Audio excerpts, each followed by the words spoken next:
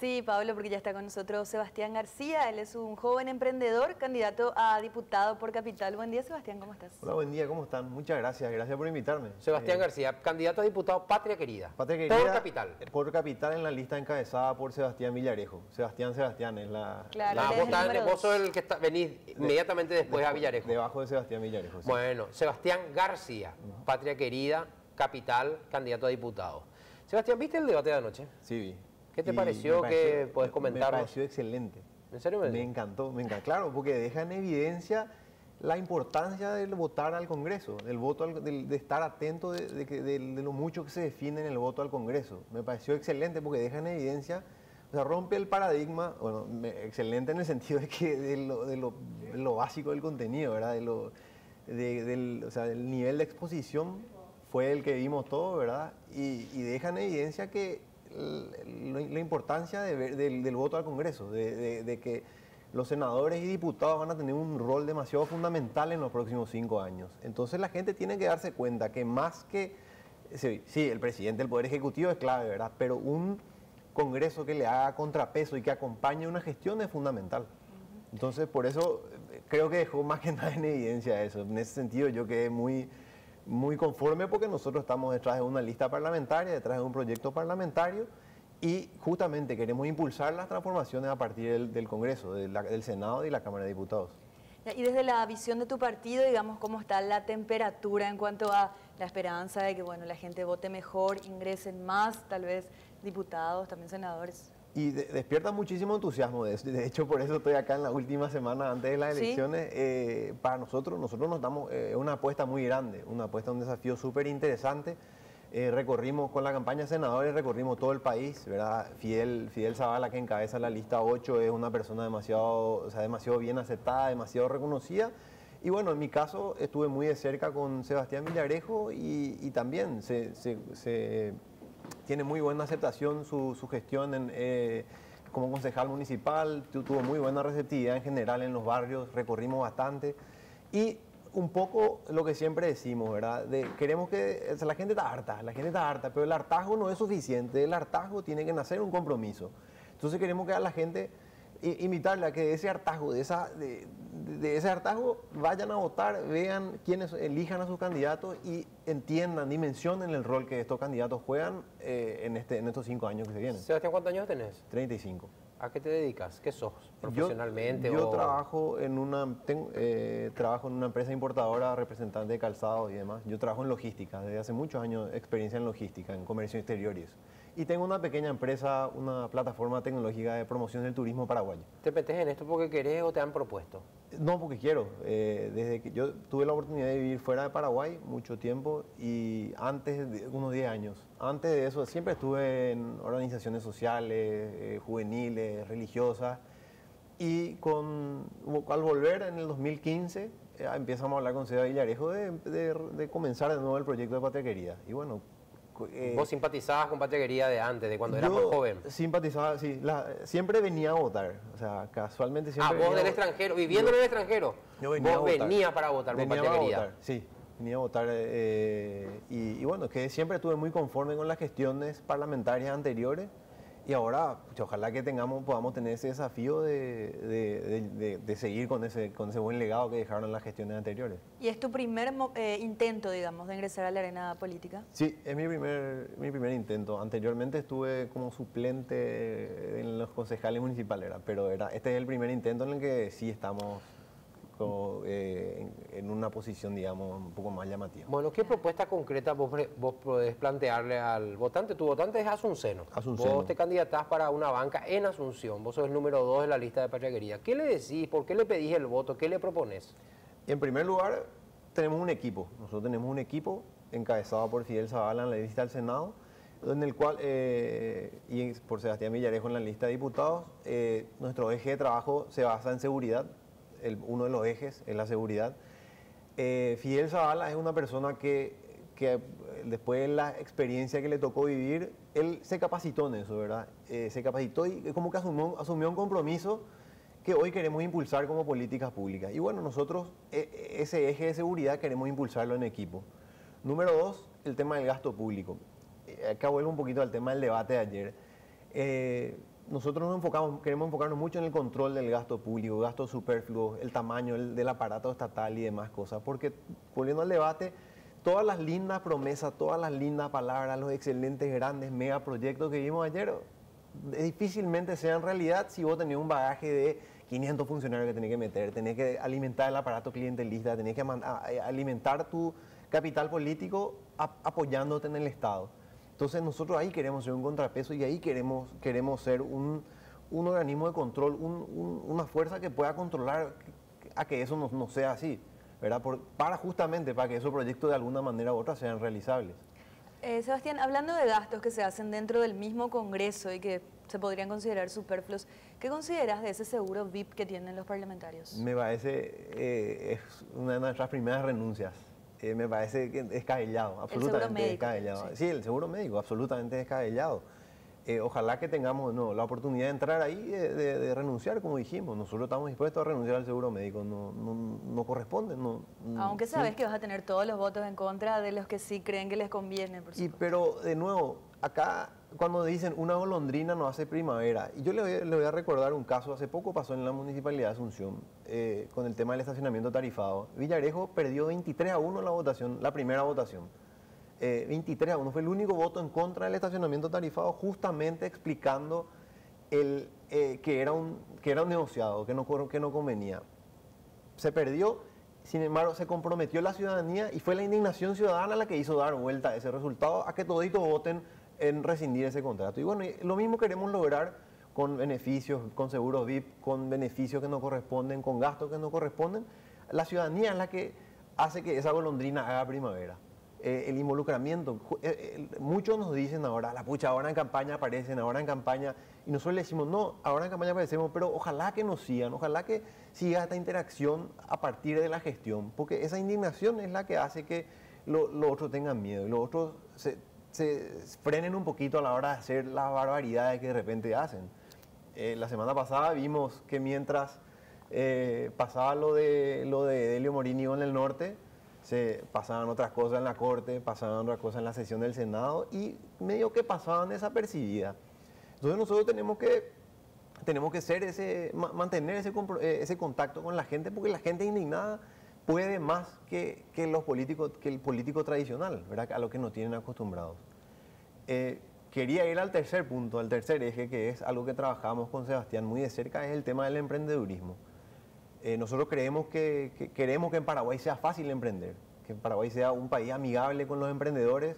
Yo soy un aprendiz de emprendedor, tengo una pequeña empresa y honestamente el proceso que te toma abrir una empresa es, vos ya gastaste tu plata, ya gastaste tu tiempo, ya perdiste la oportunidad, ya se puede haber ido ya.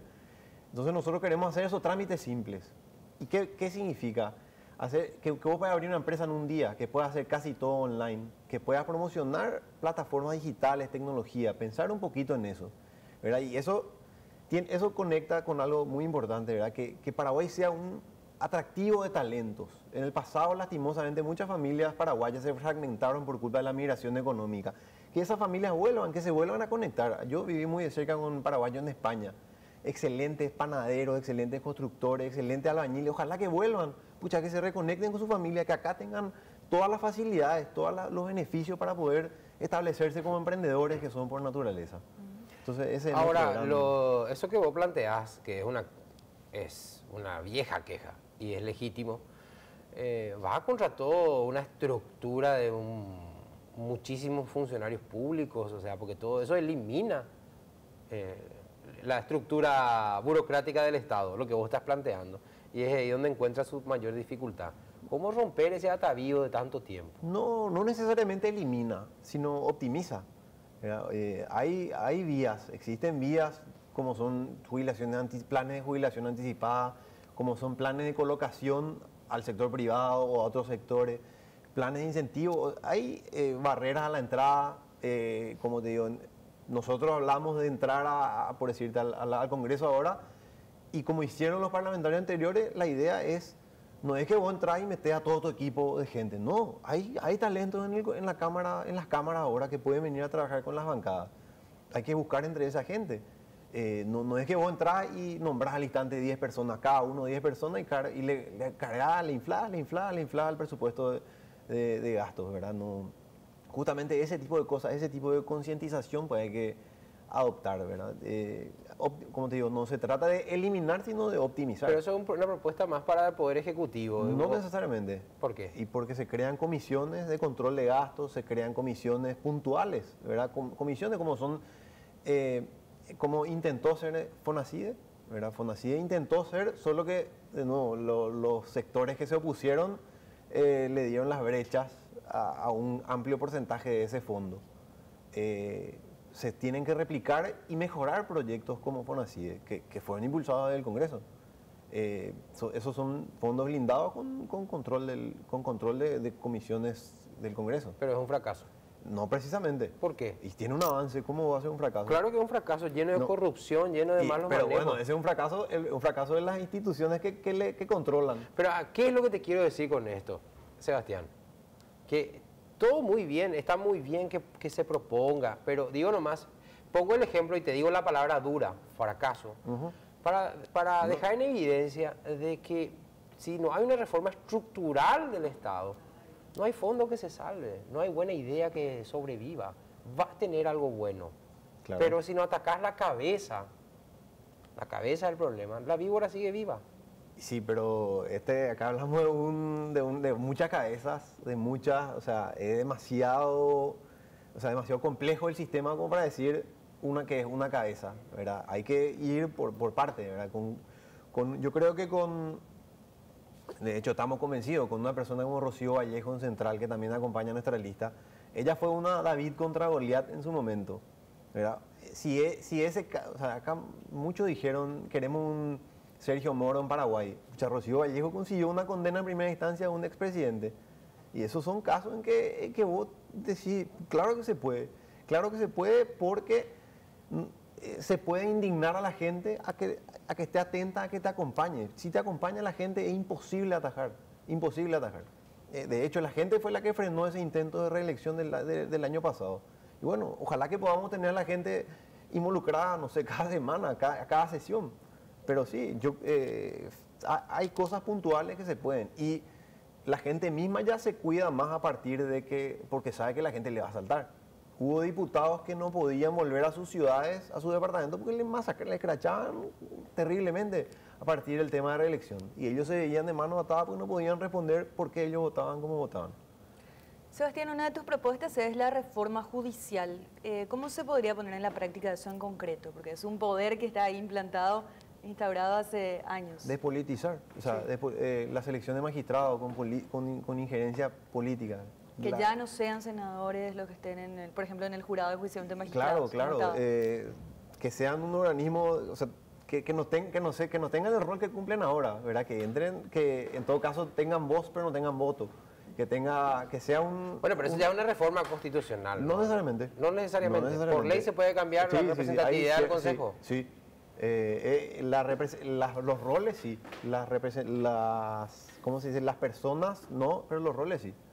Se cambian esas reglamentaciones y se puede. Ese es un ejemplo. Cuando después la injerencia en lo que es la selección de la fiscalía, el fiscal general, ese tipo de ternas, transparentar esos procesos. Hasta hoy queremos saber por qué los resultados académicos de la terna de la cual resultó electa la fiscal actual. Hay que transparentar, hay que dejar abierto. Si realmente se hizo todo ese show de audiencias públicas, y te digo todo ese show porque Rocío Vallejo nuevamente estuvo como candidata, ella perdió mucho. Acá me tocó personalmente porque acompañándole en la campaña, ella tuvo que dejar de lado la campaña para ir a prepararse a la audiencia pública con bombo y platillo genial, para después ni siquiera tener un resultado de no fuiste ternada porque, ¿por qué? Por meramente dedazo. Lo mismo para los organismos de seguridad. Los organismos de seguridad dependen directamente del Poder Ejecutivo, pero si vos reglamentás que el blindaje del dedazo político para ascensos de policía, por ejemplo, acá me desvié un poquito del tema, si blindás eso, o sea, actualmente pues a un policía se le capacita para fuerzas especiales y para alguna capacidad puntual, se invierte muchísimo en él, se le cambia al comisario y este policía puede irse a hacer guardia a un privado. Entonces vos tenés un talento que estás desperdiciando. Y eso son cosas que se pueden reglamentar y se pueden controlar desde el Congreso, desde roles del Congreso. Veo que hablas también del transporte digno y a propósito de eso, tenés una postura sobre lo que es el Metrobús y todo el, digamos, desastre al que estamos ahora los paraguayos sometidos ahí en las calles cercanas a San Lorenzo, no sé, Villayala. El Metrobús es una excelente intención. Es súper delicado decir que es una muy buena intención, pero lastimosamente no se cuidó la ejecución. Por el no cuidado de la ejecución, creo que no hay postura más que decir que la empresa concesionada debería responder ante eso. Hasta hoy el gobierno no le emplazó, se mantuvo muy floja con la empresa y tiene que ponerse más en los pies de las personas que están, de las pérdidas que está causando. ¿Y algún proyecto para frenar esto o desdramatizar esta situación si llegas a ser diputado? El tema del Metrobús. Y hablamos o sea, creemos mucho en el transporte sostenible, ¿verdad? Con energías renovables. Yo hasta hoy me pregunto por qué el Metrobús es a diésel. Claro, Esa fue mi gran pregunta. Es que se diseñó, originalmente todos pensábamos que iba a ser eléctrico. Sí. Este gobierno no va a tomar la decisión de cambiar ese parámetro, ese patrón. Esa es una gran pregunta, es una gran incógnita. Y bueno, ¿cómo se dice? O sea, nosotros, bueno, convengamos que a nivel municipal de Patequería ya impulsamos con bancadas anteriores el tema de transporte, movilidad urbana sostenible desde bicisendas. Por ejemplo, el mapeo de bicisendas se hizo a partir de concejales de Patequería. Y bueno, eso tiene que proyectarse también, tiene que hacerse en armonía con dónde se estacionan los vehículos, políticas de movilidad en general, pero siempre impulsando el transporte público y no congestionando cada día más la ciudad. Fuerza de tarea conjunta. ¿Estás a favor, en contra de que continúen? A favor. Yo creo que a favor, pero con trabajo de inteligencia. Con trabajo de inteligencia articulado. Bueno, pero ahora hay trabajo de inteligencia, todo hay. ¿Qué es lo que funciona mal? No hay trabajo de inteligencia. No hay trabajo de inteligencia. Tendría que haber. No hay artículo. O sea, hoy, por decirte, hoy la orden de hacer una cosa u otra sale de Asunción. ¿Cómo va a salir de Asunción una orden? Para cuando la orden llegó, todo el mundo se enteró y se dispersó y no se logró el objetivo. Deberían rearticularse. Lo que se habla es, lo que queremos es reformar la cadena de mando. Hoy, por ejemplo, el Ministerio del Interior responde, la policía responde el comandante de la policía responde al Ministerio del Interior, que responde al presidente. Debería haber una cadena más directa con el presidente en todo caso, e incluso involucrar más a las municipalidades. Tienen que haber autoridades locales, yendo un poquito más allá del tema puntual de la Fuerza de Tarea Conjunta. Está desarticulada la cadena de mando. No es que, ¿cómo se dice? Por eso no llega la orden. Por eso no hay trabajo de inteligencia previo, no hay trabajo de prevención. Una de las cosas puntuales, polígrafos a los policías, polígrafos en forma regular a los policías, porque están todos involucrados en diferentes ámbitos. Y los que no están involucrados tienen miedo de abrir la boca porque obviamente se ven acorralados. Claro. Se ven acorralados. Hay policías excelentes, hay oficiales honestos, excelentes. Nos tocó recorrer muchísimo, hablar con mucha gente y conocer a muchas personas que son de excelente trabajo, pero te dicen, el problema es que yo hoy estoy acá, mañana cambia el comisario y yo quién sabe dónde voy a estar. Un día, una cosa que siempre decimos, vos sabés cómo se llama el comisario de tu barrio, el comisario que corresponde al barrio donde vivís. El comisario tiene que ser una persona de referencia, una persona relevante tiene que ser si es la que te cuida a vos, le cuida a tu hijo. ¿Y qué pasa? Yo me tomé esa molestia porque me hice esa misma pregunta, ¿verdad? Me fui, pero empecé a través de un oficial al que conocía, ¿verdad? Porque yo vivía antes cerca de la comisaría 11. Y me fui, empecé y al día siguiente me fui y le busqué a otro oficial, no, amigo, yo me trasladé a San Pedro, dice. Y después, nada, hubo cambio y relevamiento y me mandaba a San Pedro. Pero tu familia, no, y mi familia está ahí, pero yo ahora estoy en San Pedro, dice. Imagínate, y el tipo me consta que era un suboficial que ya tenía varios años de capacitación, pero a blindar del dedazo político, no podés depender de la autoridad de turno para tu carrera policial. pucha, la policía tiene una autoridad como, más o menos, como el grupo Lince. El grupo Lince está envalentonado en este momento. Sí, tiene alta moral. Sí, y bueno, pero esa misma moral tiene que permear en toda la policía. Como una autonomía de decisión. Claro, claro. Y como te digo, tienen que ser realmente una autoridad policial, no una autoridad política al servicio de que tiene a la policía a su servicio. Sebastián. Muchas gracias. Éxitos. Y a ver qué nos depara la elección del próximo domingo. Van a haber sorpresas, Yo estoy confiado. De nuevo, gracias por este espacio y bueno, les invito a seguirnos de cerca. Sebastián Villarejo, lista 8, Patria Querida. Sebastián Villarejo, el candidato 1. El candidato 1, pero el que está en la papeleta, entonces, el que está en la papeleta, yo soy Sebastián García. Así, candidato 2 acá, diputado capital, Patria Querida, lista 8.